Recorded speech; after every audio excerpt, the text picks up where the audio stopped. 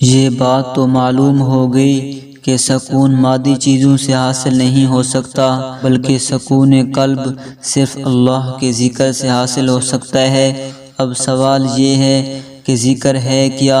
تو اس کا جواب یہ ہے کہ یوں تو تلاوت بھی ذکر ہے، نماز بھی ذکر ہے، استغفار بھی ذکر ہے، درود شریف بھی ذکر ہے، لیکن ذکر کا اصل مفہوم یہ ہے کہ دل میں خدا کا دھیان نصیب ہو جائے، بندہ کسی بھی وقت خدا سے غافل نہ ہو، بلکہ ہر وقت دل میں خدا کی یاد تازہ رہے، یعنی یہ تصور میں ہر وقت مستحضر رہے کہ خدا مجھے دیکھ رہا ہے۔ اور ظاہر ہے کہ جس شخص کو یہ یقین ہو کہ اللہ مجھے دیکھ رہا ہے اور اس کا یقین مستحضر بھی ہو، تو وہ معصیت اور نافرمانی کا ارتکاب کیسے کرے گا؟ ایک عام بادشاہ کے سامنے کسی کو الٹی سیدھی حرکت کرنے کی جرت نہیں ہوتی، تو بادشاہوں کے بادشاہ کے سامنے بندہ گناہ اور حکم عدولی کی جرت کیسے کرے گا؟ تو ذکر کا حاصل یہ ہے کہ بندہ گناہوں کا ارتکاب چھوڑ دے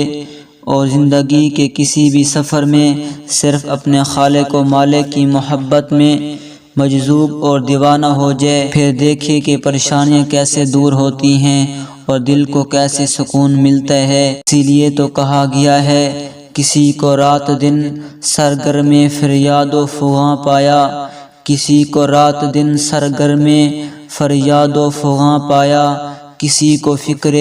گوناہ گوں سے ہر دم سرگراں پایا، کسی کو ہم نے آسودہ ناظر آسماں پایا، بس ایک مجذوب کو اس غم کدا میں شادماں پایا۔ غموں سے بچنا ہے تو آپ کا دیوانہ ہو جائے۔